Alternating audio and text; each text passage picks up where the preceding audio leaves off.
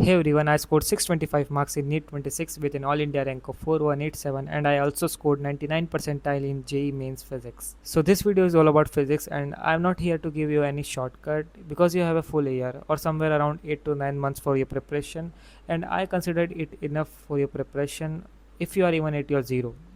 मेरा first goal तो यही होता था कि जो मुझे क्लासेस में पढ़ा है वो मेरा एकदम से क्लियर हो जाए, चाहे उसके लिए मुझे कुछ भी करना पड़े, मुझे टीचर्स के आगे पीछे डाउट काउंटर्स पे घूमना पड़े या फिर मुझे अपने पीयर ग्रुप में डिस्कशन करके उस चीज़ को क्लियर करना पड़े। बट मेरा फर्स्ट गोल तो यही था कि जो मुझे पढ़ाया है वो मुझे 100% आना चाहिए।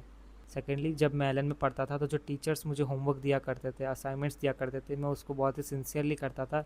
इवन जब मैं ऑनलाइन भी पढ़ता था एमआर सर और सलीम सर से, तो वो भी स्लाइड्स के इन बिटवीन होमवर्क दिया करते थे, जेई मेंस के असाइनमेंट दिया करते थे, और कुछ कुछ संघर्ष असाइनमेंट भी मैं कर लेता था अगर मुझे टाइम बचता था। बस जो भी मुझे क्लास में कराया गया है और जो भी होमवर्क दिया गया है वो तो मैं 100% सिंसियरली करता ही था। फिर नेक्स्ट स्टेप ये कि जो भी आपकी कोचिंग में एक्स्ट्रा मॉड्यूल्स प्रोवाइडेड है, जैसे कि मैं एलन में पढ़ता था तो मुझे रेस, ग्लांस और ऐसे मॉड्यूल्स प्रोवाइडेड थे। तो मेरा जब नॉर्मल मॉड्यूल्स वगैरह हो जाते थे कोचिंग के, तो मैं रेस और ग्लांस वगैरह सॉल्व करता था, और मुझे थोड़ा और भी टाइम मिल जाता था तो मैं एसआरजी मॉड्यूल्स भी कर लेता था। बट वो रेगुलरली नहीं करता था। जब मुझे ऐसा नीड लगती थी कि इस कॉन्सेप्ट पे मुझे और क्वेश्चन प्रैक्टिस की नीड है, तब मैं एसआरजी मॉड्यूल्स को ट्राई करता था, नहीं तो मैं सिर्फ रेस, ग्लांस और मॉड्यूल्स ही करता था normal. Then coming to the most important resource for NEET physics is JEE Mains के पीवाईक्यू।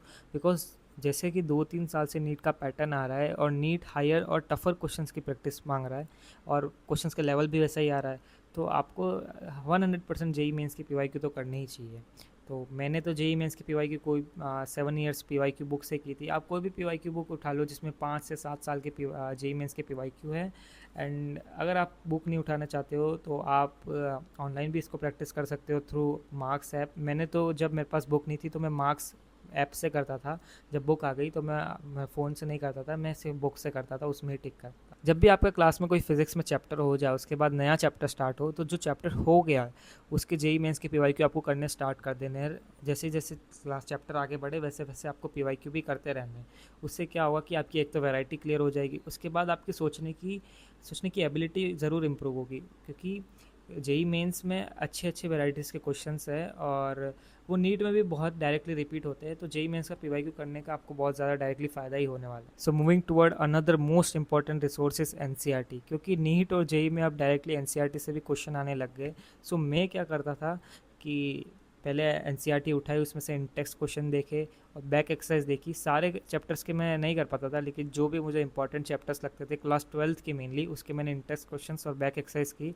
और ये करके आपको फ़ायदा ही होगा, क्योंकि आपको क्वेश्चंस की वैरायटी क्लियर हो जाएगी, और मोस्ट प्रोबेबली अगर ये डायरेक्ट नीट और जेई में आ गया तो आपको सीधा फ़ायदा होने वाला है। Moving toward another resources NCERT exemplar और एचसीबी। देखो, मैंने भी ये सब करने का ट्राई किया था, बट मेरे पास फिर उतना टाइम ही नहीं बचता था।